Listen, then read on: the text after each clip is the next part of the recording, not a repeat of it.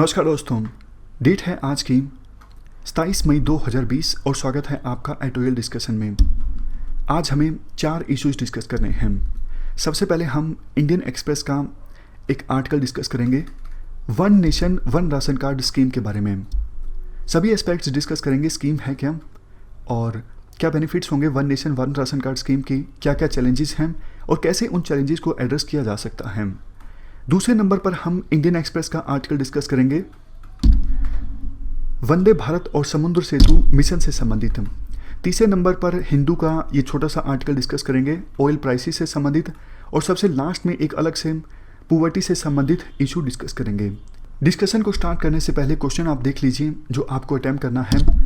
Although one nation one ration card scheme can prove to be a game changer. वैसे तो देखो migrant workers के लिए ये जो स्कीम है one nation one ration card, ये गेम चेंजर साबित हो सकती है, लेकिन कुछ चैलेंजेस हैं जिनको पहले एड्रेस करने की आवश्यकता है। इस स्टेटमेंट पर आपको कमेंट करना है 250 वर्ड्स में। चलिए डिस्कशन स्टार्ट करते हैं। First important article one nation one ration card scheme के बारे में है। आप जीएस पेपर 2 के इस टॉपिक से आर्टिकल को रिलेट कर सकते हो। देखो अभी प्रोविज़न ये है, राशन कार्ड होल्डर्स अपनी इंटाइटलमेंट के हिसाब से नेशनल फूड सिक्योरिटी एक्ट के अंतर्गत सब्सिडाइज्ड मतलब सस्ता फूड ग्रेन प्राप्त कर सकते हैं और इसके लिए उन्हें जाना पड़ता है डेजिग्नेटेड फेयर प्राइस शॉप्स पर। बिल्कुल आसान भाषा में बात करें, राशन कार्ड पर जो एड्रेस होता है उसी एड्रेस के आसपास जो फेयर प्राइस शॉप होगी वहीं पर जाना होगा राशन कार्ड होल्डर को अपनी इंटाइटलमेंट को अवेल करने के लिए। किसी दूसरी फेयर प्राइस शॉप पर वो राशन कार्ड होल्डर जाएगा तो उसे फूड ग्रेन नहीं मिलेगा। लेकिन देखो इस रूल की वजह से बहुत सारी प्रॉब्लम्स होती हैं। प्रॉब्लम्स जैसे कि माइग्रेशन होता है बहुत सारे रीजन्स की वजह से, इंट्रा स्टेट माइग्रेशन भी और इंटर स्टेट माइग्रेशन भी। जैसे बहुत सारे लोग रूरल इलाकों से जाते हैं अर्बन एरियाज़ में काम करने के लिए। अब उनका राशन कार्ड है रूरल एरिया में, लेकिन वो अर्बन एरिया में है, सिटी में है, तो स्पेशल उनका शहर से गांव में आना सब्सिडाइज्ड फूड ग्रेन प्राप्त करने के लिए इतना तो देखो किराया लग जाएगा। चलो आप इंटर स्टेट की भी छोड़िए, इंटर स्टेट की सोचिए। यूपी बिहार का कोई माइग्रेंट वर्कर तमिलनाडु में है, महाराष्ट्र में है, काम कर रहा है, लेकिन राशन कार्ड यूपी बिहार का है, तो वो वापस यूपी बिहार थोड़ी ना जाएगा उस स्पेसिफिक फेयर प्राइस शॉप पर अपनी इंटाइटलमेंट प्राप्त करने के लिए। होना तो ये चाहिए ना कि राशन कार्ड एक बन गया तो वो पूरे भारत में काम करेगा, जहां मर्जी चाहे राशन कार्ड होल्डर अपने हिस्से का अनाज प्राप्त कर सके। इसी चीज़ को इम्प्लीमेंट करने के लिए है ये scheme one nation one ration card scheme. अगर ये स्कीम इम्प्लीमेंट हो जाती है, अभी देखो इसकी जो डेडलाइन है वो सेंट्रल गवर्नमेंट के द्वारा एक्सटेंड कर दी गई है। अगर ये स्कीम इम्प्लीमेंट हो जाती है तो काफ़ी सारे फायदे होंगे। पहला फायदा, migrant workers PDS food grains को यूनिवर्सली एक्सेस कर सकेंगे। नहीं फ़र्क पड़ता माइग्रेंट वर्कर्स किस स्टेट में काम कर रहे हैं, किस ज़िले में काम कर रहे हैं, उन्हें अपने हिस्से का फूड ग्रेन मिल जाएगा। दूसरा फ़ायदा, कंज्यूमर्स एम्पावर होंगे। कैसे? देखो पहले क्या होता था, फेयर प्राइस शॉप पर जाते हैं राशन कार्ड होल्डर अनाज प्राप्त करने के लिए, लेकिन कुछ जो शॉप ओनर्स हैं वो मिसबिहेव करते हैं राशन कार्ड होल्डर्स के साथ, अनाज कम भी देते हैं, खराब अनाज देते हैं। बहुत सारी शिकायतें काफ़ी बार होती हैं राशन कार्ड होल्डर्स की शॉप ओनर्स के अगेंस्ट, लेकिन वो कुछ कर नहीं सकते। अब तो देखो अगर कंज्यूमर्स को लगता है ये पर्टिकुलर शॉप ओनर अच्छा नहीं है तो वो दूसरे के पास चले जाएंगे, क्योंकि उनकी मर्जी है, वो कहीं से भी अनाज प्राप्त कर सकते हैं। तो जो शॉप ओनर्स हैं वो धांधलेबाजी कम करेंगे, क्योंकि उन्हें पता है कंज्यूमर आएंगे नहीं हमसे अनाज प्राप्त करने के लिए अगर हमने मिसबिहेव किया, हमने कम दिया, उनके साथ किसी प्रकार से धोखा किया, तो इससे कंज्यूमर एम्पावर होंगे। नेक्स्ट, सोशल डिस्क्रिमिनेशन कम होगा। देखो सबसे ज़्यादा जो फ़ायदा होता है पीडीएस स्कीम का वुमेन को होता है, दूसरे डिसएडवांटेज ग्रुप्स को होता है, डिप्रेस्ड क्लासेस को होता है। तो अगर ये स्कीम ज़्यादा अच्छे ढंग से इम्प्लीमेंट होती है तो ये सारे जो वल्नरेबल सेक्शंस हैं वो और ज़्यादा एम्पावर होंगे।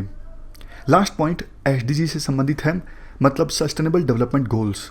हंगर और पुवर्टी से संबंधित जो सस्टेनेबल डेवलपमेंट गोल्स हैं उनको ज़्यादा बेहतर ढंग से अचीव किया जा सकेगा इस स्कीम की इम्प्लीमेंटेशन से। इवन देखो ग्लोबल हंगर इंडेक्स में हमारा स्थान और ज़्यादा इम्प्रूव हो सकेगा। एक बात आपको बताऊं, पेपर 2 में और पेपर 3 में ऑलमोस्ट सभी जो टॉपिक्स हैं उनको आप एसडीजी से तो जोड़ ही सकते हो, मतलब सभी नहीं, ऑलमोस्ट सभी। तो जब भी कोई क्वेश्चन आता है आप जरूर देखिए एसडीजी से उस क्वेश्चन को रिलेट किया जा सकता है या फिर नहीं किया जा सकता। ना सिर्फ इससे पॉइंट इंक्रीज किया जा सकता है बल्कि वैल्यू एडिशन भी होता है। एग्जामिनर को लगता है कि कैंडिडेट की जो सोच है वो मल्टी डायमेंशनल है। हमने देखो बेनिफिट्स की तो बात कर ली, अब हम बात करते हैं चैलेंजेस की। One nation one ration card scheme की इम्प्लीमेंटेशन में क्या क्या चैलेंजेस हैं। सबसे पहला जो चैलेंज है वो है एक्सक्लूजन एरर। देखो अगर इस स्कीम को इम्प्लीमेंट करना है तो कंडीशन ये है, राशन कार्ड की सीडिंग होना जरूरी है, मैपिंग होना जरूरी है आधार कार्ड के साथ।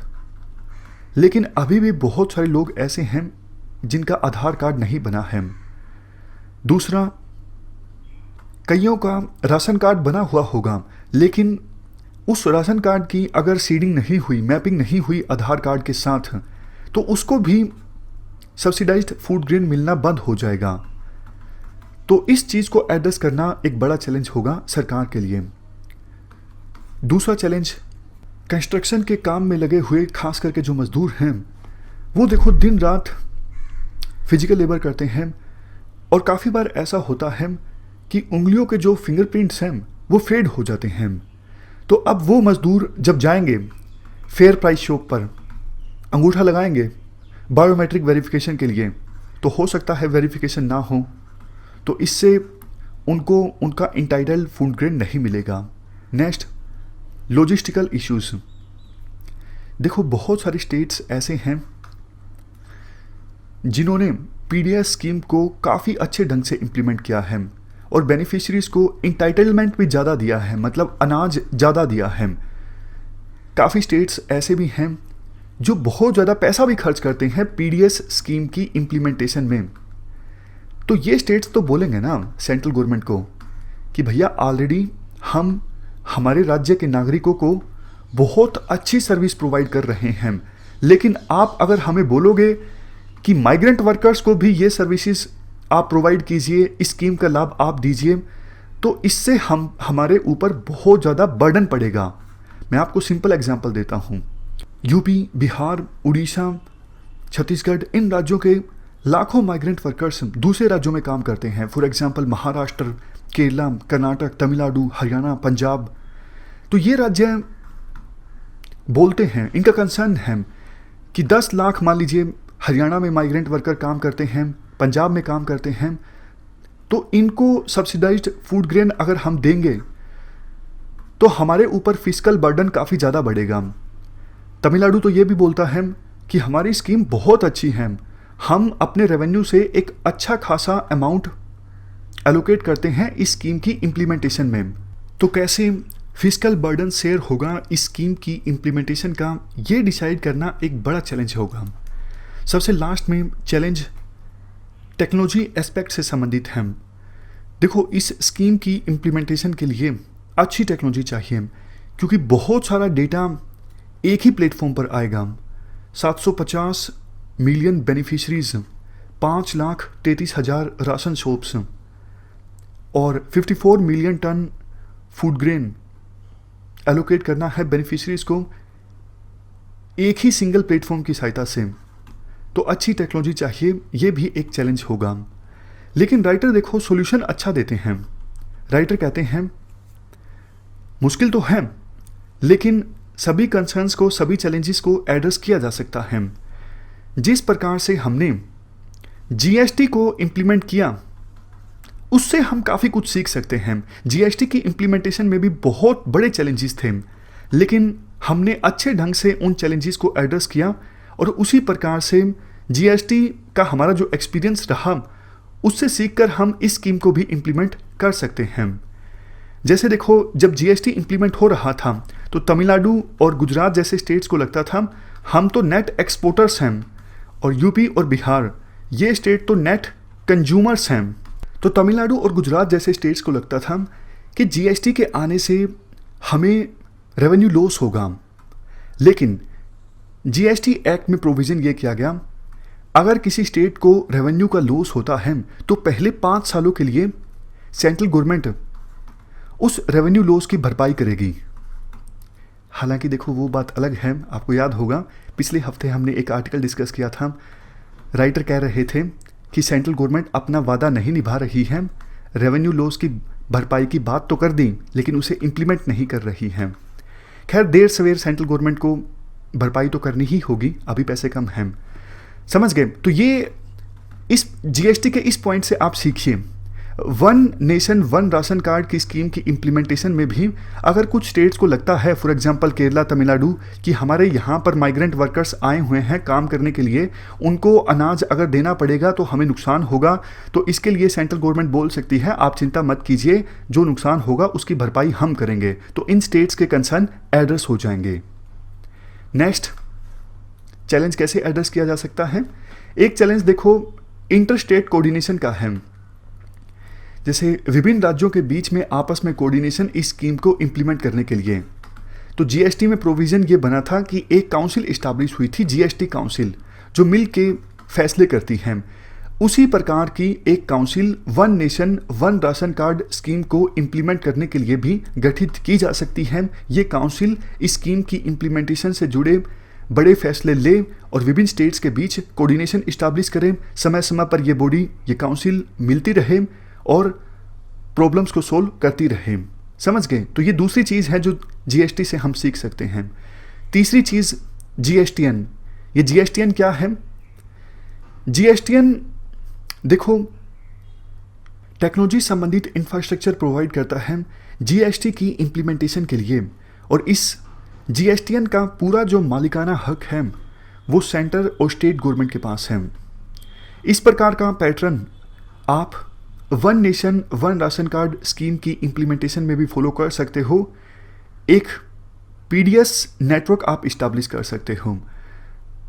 नीलकनी की अध्यक्षता में एक टास्क फोर्स गठित की गई थी 2011 के आसपास। इस टास्क फोर्स ने रेकमेंड भी किया था एक पोर्टल होना चाहिए, पीडीएस नेटवर्क, और इस पोर्टल पे जाके सभी जो बेनिफिशरीज हैं पीडीएस स्कीम के वो अपने आप को रजिस्टर करवा सकें। ये नेटवर्क राशन कार्ड इशू करेगा, नए ग्रीवेंसेस को एड्रेस करेगा और ज़रूरी एनालिसिस भी जनरेट करेगा। हालांकि अभी तक इस रिकमेंडेशन को इम्प्लीमेंट नहीं किया गया, तो अभी आवश्यकता ये है इन रिकमेंडेशंस को मिला के one nation one ration card scheme को इम्प्लीमेंट किया जाए।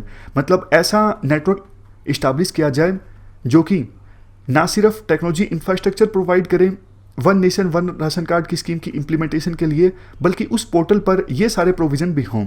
बेनिफिशरीज रजिस्टर करवा सके अपने आप को, राशन की मूवमेंट को ट्रैक किया जा सके, ग्रीवेंसेस को हैंडल किया जा सके, ये सब चीज़ें।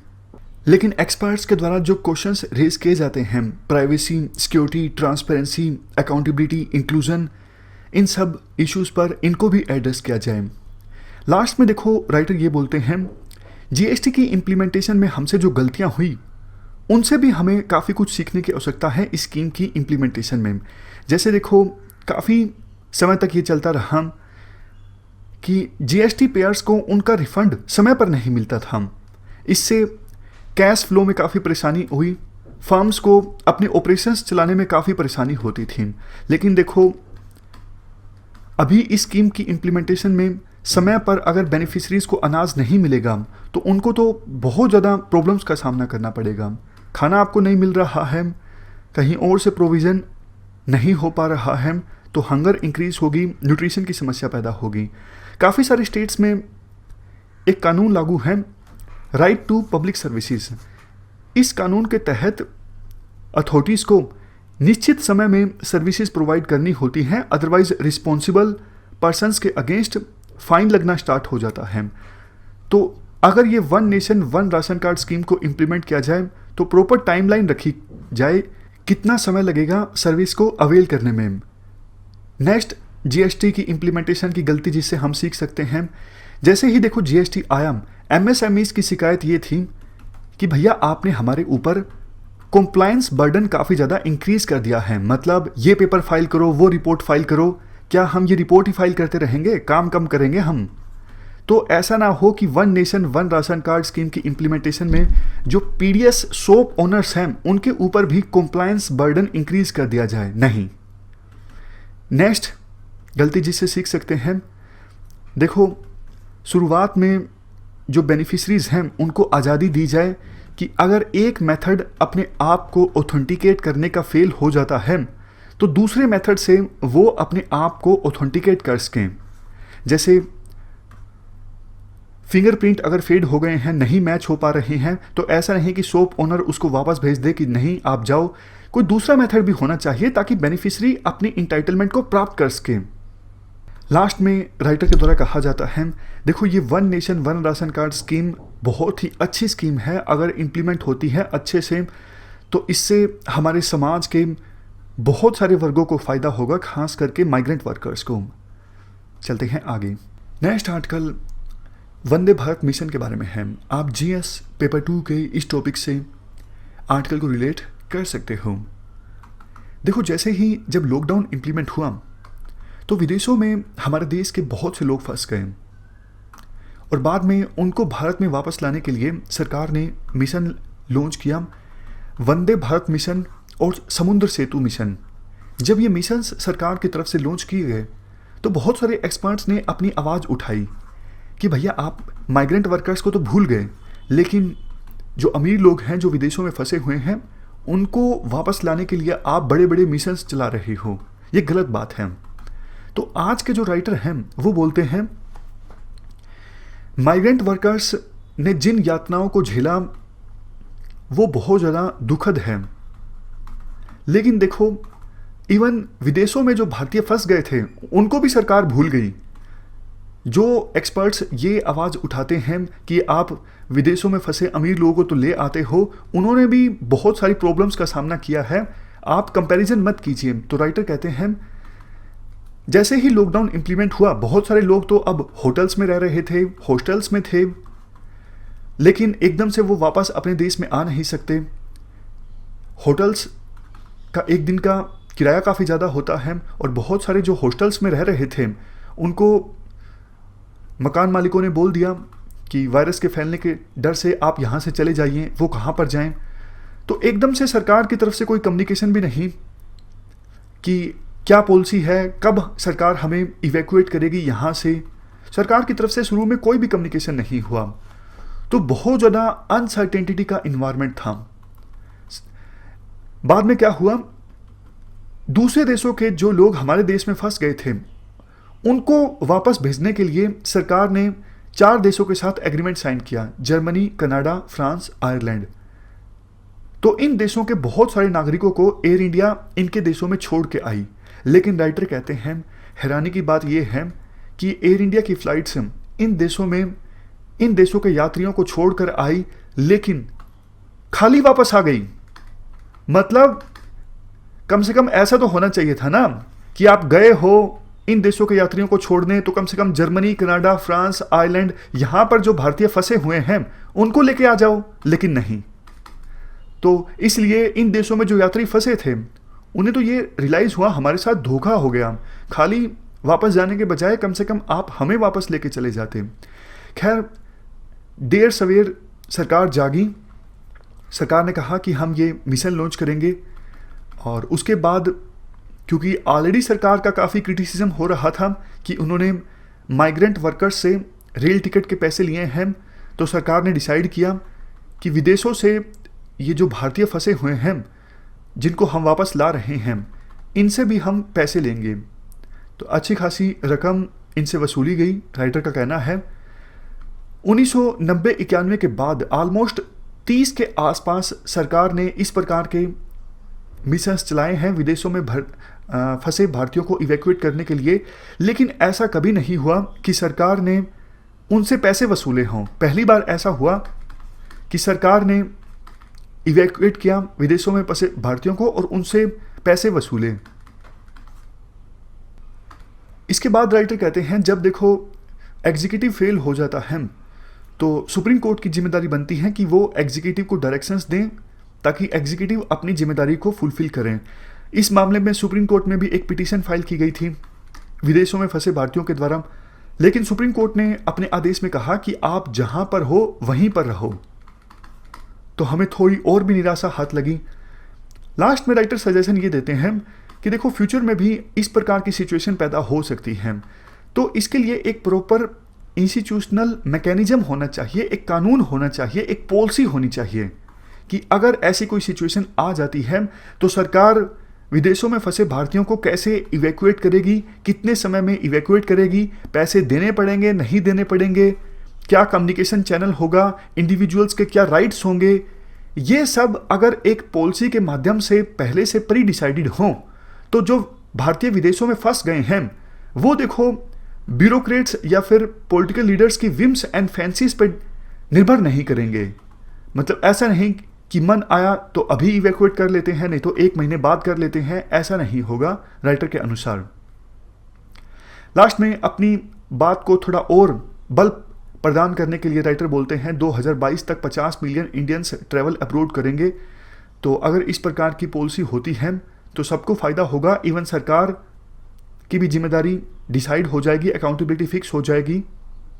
अदरवाइज तो सरकार का ये कहना कि जिस भी पर्सन के पास इंडियन पासपोर्ट है अब उसकी ज़्यादा रिस्पेक्ट है पहले के अपेक्षाकृत, इस बात में जनता का जो विश्वास है वो कम हो जाएगा।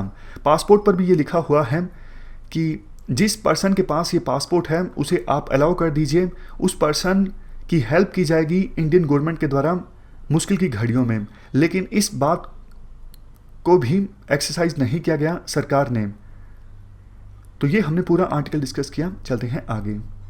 नेक्स्ट आर्टिकल ऑयल प्राइसेस के बारे में है। आप जीएस पेपर 3 के इस टॉपिक से आर्टिकल को रिलेट कर सकते हो। देखो पिछले साल के अपेक्षाकृत इंटरनेशनल मार्केट में ऑयल के जो दाम हैं वो 45% तक कम हैं और हमारे देश में जो ऑयल मार्केटिंग कंपनीज हैं वो डीरेगुलेटेड हैं। तो होना तो ये चाहिए कि अगर इंटरनेशनल मार्केट से महंगा ऑयल परचेज कर रही हैं ऑयल कंपनीज तो वो कंज्यूमर्स को महंगा ऑयल दें, और अगर सस्ता प्रोक्योर कर रही हैं इंटरनेशनल मार्केट से तो कंज्यूमर्स को भी सस्ता दें। बट हुआ क्या, इंटरनेशनल मार्केट में इतना सस्ता ऑयल होने के बावजूद ऑयल मार्केटिंग कंपनीज ऑयल दाम को रिड्यूस नहीं कर रही हैं। चलो ऑयल मार्केटिंग कंपनीज नहीं कर रही हैं ये समझ में आता है क्योंकि ऑयल मार्केटिंग कंपनीज को अभी डर है कि डिमांड वो देखना चाहती हैं। अगर डिमांड बढ़ती है तो वो दाम को रिड्यूस कर देंगी, अगर कम है तो अभी वो वेट एंड वॉच की रणनीति अपनाए हुए हैं। बट आप सरकार की बात देखिए, सरकार ने क्या किया, 2 महीने में 2 बार पेट्रोल और डीजल के ऊपर एक्साइज ड्यूटी को इंक्रीज कर दिया। अब देखो सिचुएशन ये है, इवन ट्रांसपोर्ट का खर्चा मिला के बेस प्राइस जो है पेट्रोल का वो है 1 लीटर 18 रुपये के आसपास, ये देखिए। लेकिन दिल्ली में पेट्रोल अभी कितने का मिल रहा है, 1 लीटर 71 रुपये के आसपास। जितने का फाइनली 1 लीटर पेट्रोल मिल रहा है उसमें देखो 46% जो टैक्सेस हैं वो तो सेंट्रल गवर्नमेंट के हैं। इसके अलावा दिल्ली गवर्नमेंट का अलग से सेल्स टैक्स है, क्योंकि पेट्रोलियम अभी जीएसटी के अंतर्गत नहीं आता है तो राज्य सरकारें पेट्रोल और डीजल के ऊपर अपना टैक्स लगा सकती हैं।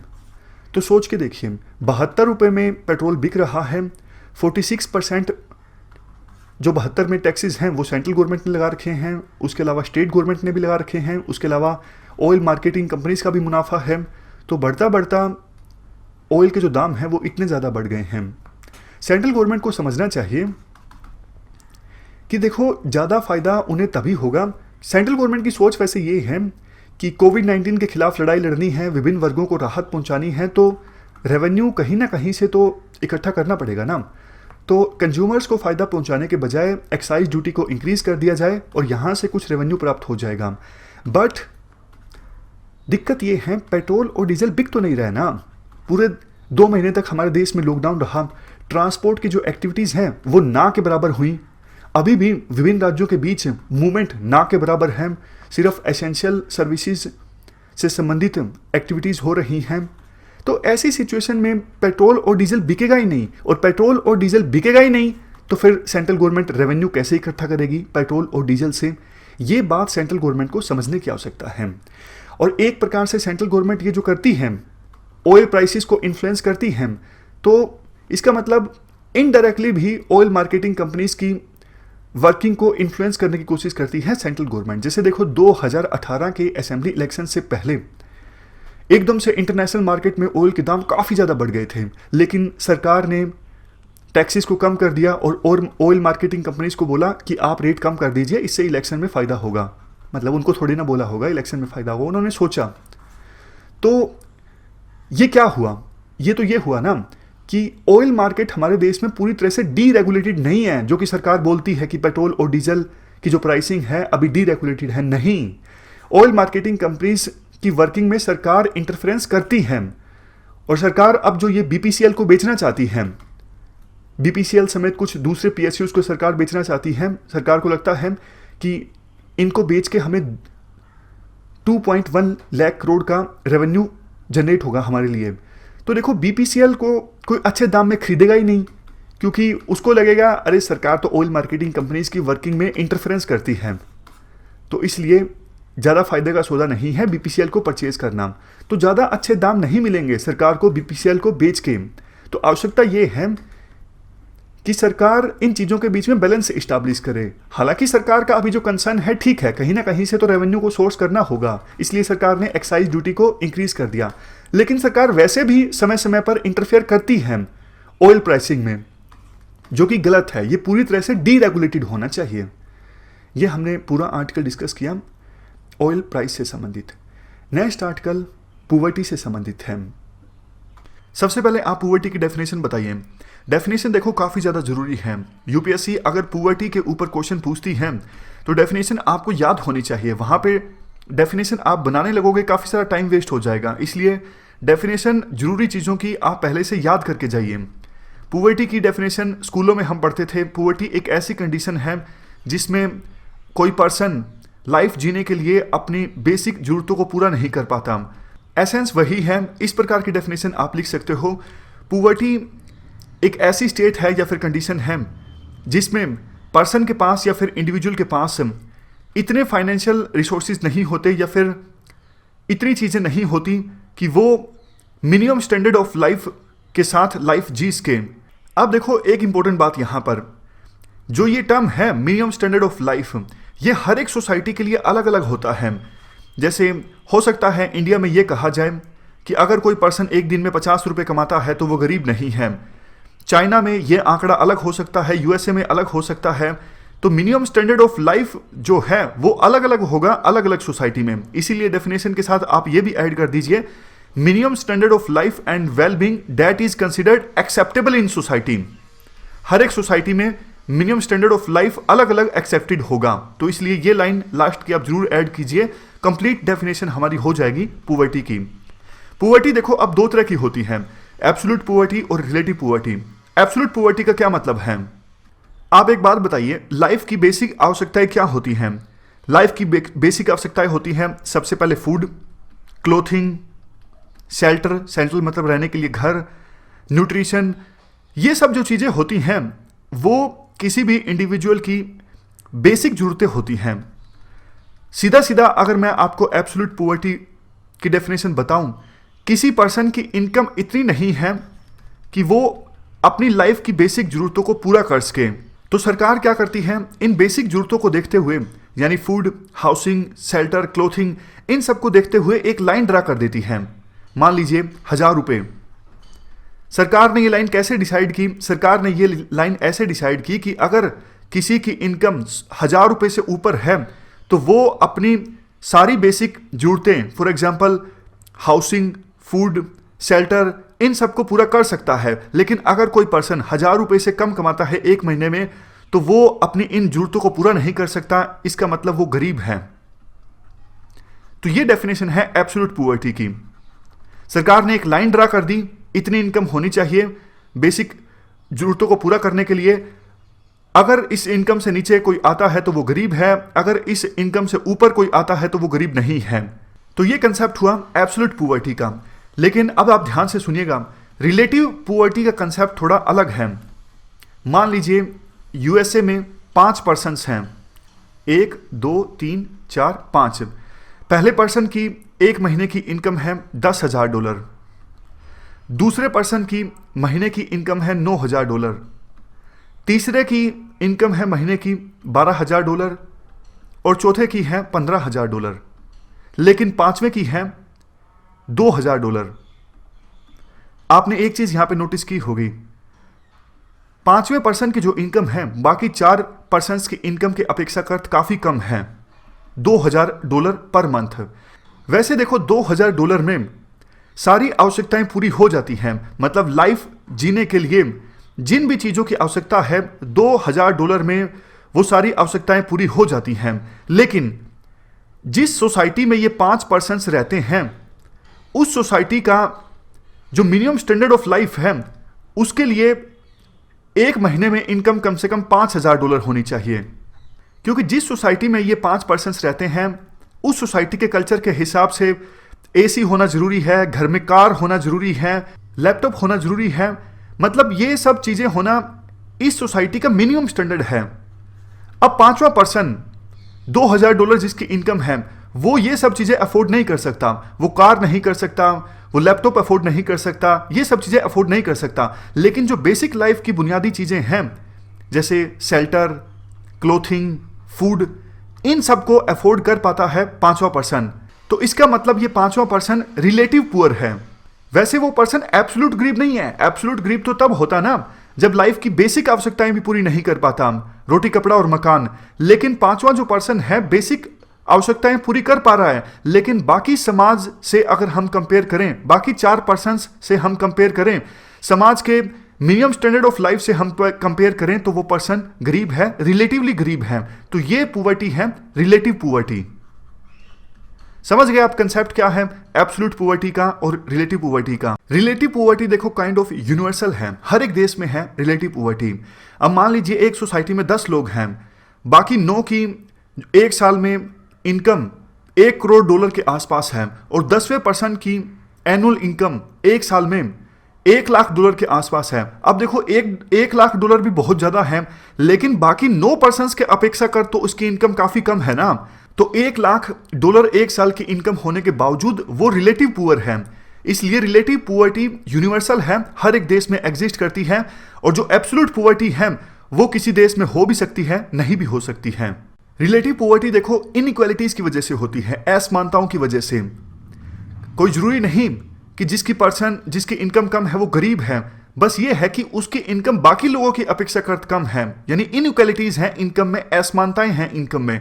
तो इसी वजह से रिलेटिव पुअर्टी को इरेडिकेट करना यानी खत्म करना मुश्किल होता है, जबकि एब्सोल्यूट पुअर्टी को अपेक्षाकृत खत्म करना आसान होता है। नेक्स्ट देखो, हम पुअर्टी के मेजरमेंट के बारे में डिस्कस करें उससे पहले मैं आपको बताता हूं, जब भी आपको पुअर्टी से संबंधित कुछ लिखना हो तो आप कई सारी डायमेंशंस कंसीडर कीजिएगा। रोटी कपड़ा मकान तो है ही, यानी फूड, हाउसिंग, क्लोथिंग, ये सब चीजें तो हैं ही। दूसरी डायमेंशंस आप पुअर्टी से संबंधित ऐड करोगे, malnutrition, low income, illness, living conditions, unemployment, illiteracy, education illiteracy, एक जैसे पॉइंट्स हैं, ये आप लिख सकते हो। तो ये सारी डायमेंशंस आप जरूर ऐड कीजिएगा जब पुअर्टी के बारे में आपको कुछ लिखना हो। हम मेजरमेंट ऑफ पुअर्टी डिस्कस करें, यानी पुअर्टी को कैसे मेजर किया जाता है, लाइन क्या है, उससे पहले एक और कंसेप्ट मैं आपको करवाना चाहता हूं। पुअर्टी के काजेस क्या हैं, यानी पुअर्टी होती क्यों है, गरीबी किस कारणवश आती है। पहले देखो हम कुछ थ्योरीज की बात करेंगे कि पुअर्टी क्यों आती है, उसके बाद हम इंडिया के संदर्भ में कुछ स्पेसिफिक रीजन्स की बात करेंगे। जैसे अनएम्प्लॉयमेंट एक रीजन है पुअर्टी का, लेकिन ये स्पेसिफिक रीजन है। पहले हम बात करेंगे थ्योरीज की, क्या थ्योरीज दी गई हैं वेरियस थिंकर्स के द्वारा पुअर्टी के लिए। सबसे पहली थ्योरी तो देखो ये है जो पुराने समय में दी जाती थी, अगर कोई गरीब है तो अपने पिछले जन्म के कर्मों की वजह से गरीब है। किसी ने पिछले जन्म में पाप किए होंगे जिसकी सजा उसे इस जन्म में मिली है, यानी वो इस जन्म में गरीब है। पुराने समय में दी जाती थी। ये थ्योरी आज के समय में टोटली इररिलेवेंट है। आज के समय में देखो, सबसे पहली जो थ्योरी है वो है क्लासिकल थ्योरी। क्लासिकल थ्योरी में कहा जाता है अगर कोई पर्सन गरीब है तो उसके लिए वो खुद ही रिस्पॉन्सिबल है। अगर कोई पर्सन गरीब है तो वो अपनी इनएफिशिएंसी के कारण गरीब है, वो आलसी है, लेजी है, वो कुछ करना नहीं चाहता, तभी वो गरीब है। लेकिन देखो, कुछ सोशियोलॉजिस्ट इस थ्योरी को मानते नहीं हैं। सोशियोलॉजिस्ट कहते हैं गरीबी आती है वेज डिस्ट्रीब्यूशन और डिवीजन ऑफ लेबर की वजह से। जैसे डॉक्टर स्किल्ड होता है, डॉक्टर की सैलरी काफ़ी ज़्यादा होती है, वेजेस काफ़ी ज़्यादा होते हैं डॉक्टर के। उसके बाद आप नर्स का एग्जांपल ले सकते हो। नर्स सेमी स्किल्ड होती हैं, तो डॉक्टर की अपेक्षाकृत नर्स की जो वेजेस हैं वो कम होते हैं थोड़े। और सबसे लास्ट में वार्ड बॉय तो आप कह सकते हो एक प्रकार से अनस्किल्ड होता है। सबसे कम वेजेस होते हैं वार्ड बॉय के। अब इस एग्जांपल में आपने देखा जो पर्सन अनस्किल्ड है उसके वेजेस सबसे ज़्यादा कम हैं। तो सोशलिस्ट ये कहते हैं देखो, इंडिविजुअल को अगर आप स्किल दोगे तो वो गरीब थोड़ी ना होगा। आप ये कैसे कह सकते हो कि इंडिविजुअल लेजी है, इनएफिशिएंट है, इनइफेक्टिव है, इसलिए वो गरीब है। मतलब है कि उस पर्सन के पास स्किल्स नहीं है। अगर आप उसको स्किल दोगे तो वो गरीबी रेखा से ऊपर आ जाएगा। तो आप कैसे कह सकते हो कि इंडिविजुअल अपनी गरीबी के लिए खुद ही रिस्पॉन्सिबल है। समझ गए? यानी एसेंस ये निकलता है, क्लासिकल थ्योरी कहती है कि कोई पर्सन अपनी गरीबी के लिए खुद रिस्पॉन्सिबल है, लेकिन सोशियोलॉजिस्ट इस थ्योरी का विरोध करते हैं। वो कहते हैं इंडिविजुअल को अपॉर्चुनिटी नहीं मिली, उसको स्किल्स नहीं हासिल हुई, इसलिए वो पर्सन गरीब है। तीसरा है कल्चर या फिर सब कल्चर ऑफ पुअर्टी। इस कंसेप्ट के अनुसार देखो, जो लोग गरीब हैं यानी पुअर हैं, गरीबी में रहते रहते उनका रहन सहन, उनका बिहेवियर इस प्रकार से डेवलप हो गया है, यानी उनका कल्चर इस प्रकार का बन गया है, अगर कल को परिस्थितियां चेंज होती हैं, सर्कमस्टांसिस अच्छी होती हैं या फिर इकोनॉमिक चेंजेस अच्छे आते हैं, तो भी वो गरीबी रेखा से ऊपर नहीं आएंगे। इसके लिए रिस्पॉन्सिबल है कल्चर ऑफ पुअर्टी। फिर से बोलता हूं, मान लीजिए आज देश में अनएम्प्लॉयमेंट है, अपॉर्चुनिटीज ज़्यादा नहीं हैं, सर्कमस्टांसिस अच्छी नहीं हैं, इकोनॉमिक सिचुएशन अच्छी नहीं है, तो कोई पर्सन ABC गरीबी रेखा से नीचे आता है। अब देखो, गरीबी में रहते रहते उसकी आदतें, उसका रहन सहन, उसका बिहेवियर इस प्रकार का डेवलप हो गया है, यानी पुअर्टी का एक कल्चर डेवलप हो गया है।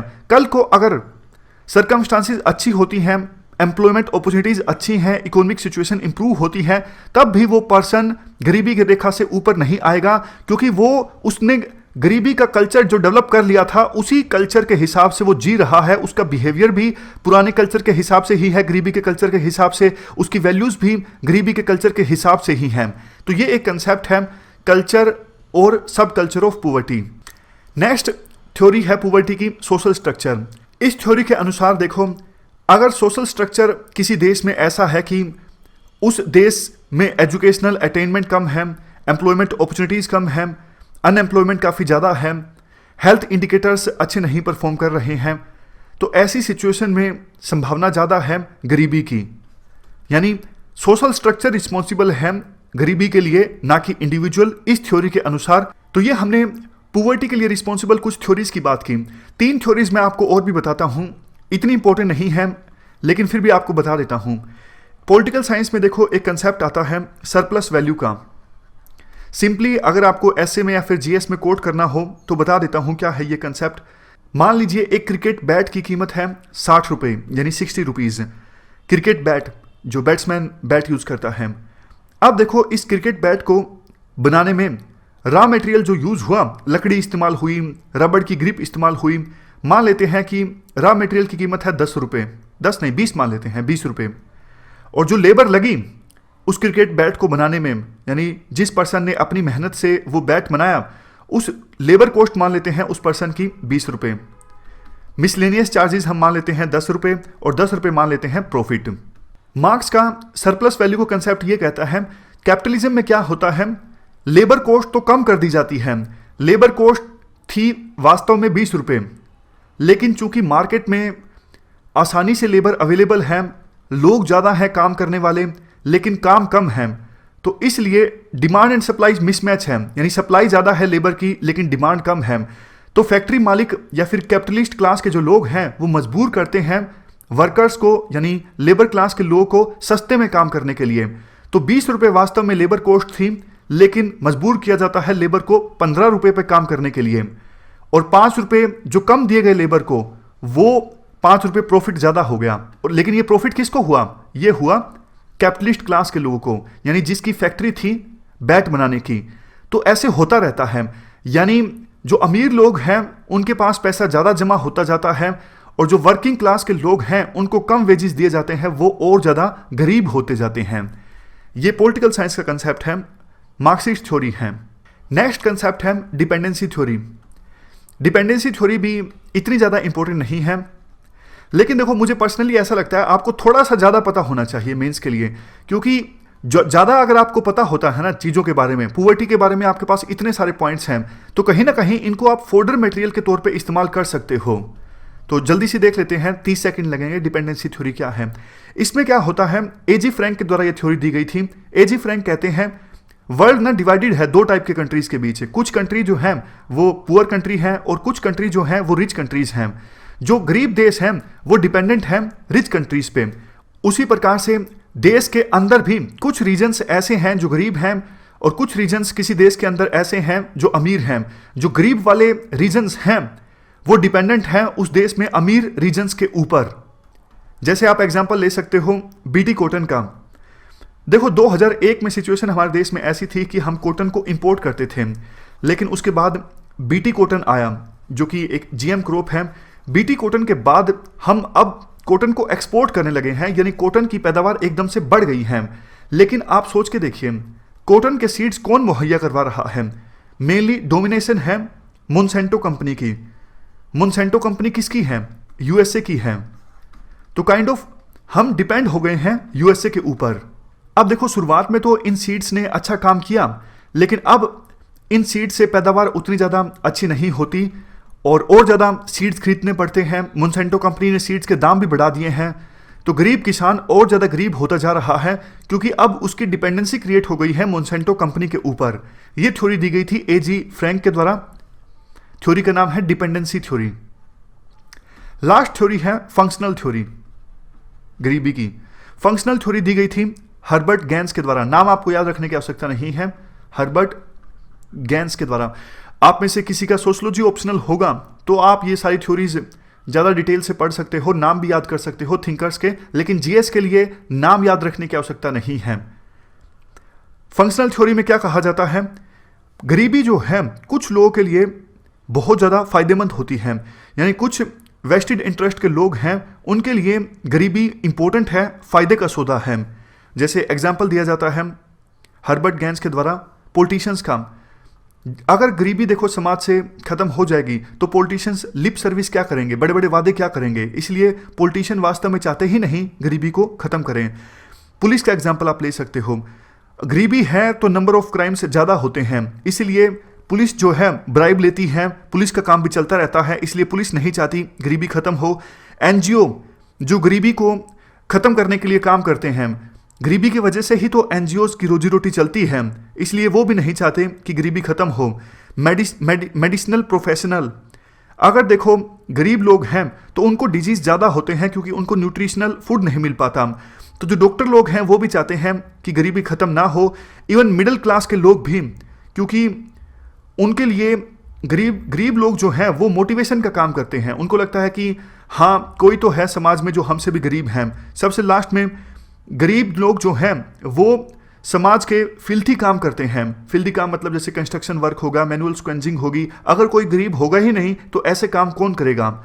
तो काइंड ऑफ थोड़ी अजीब थ्योरी है, ये फंक्शनल थ्योरी है, ये दी गई थी हर्बर्ट गैंस के द्वारा।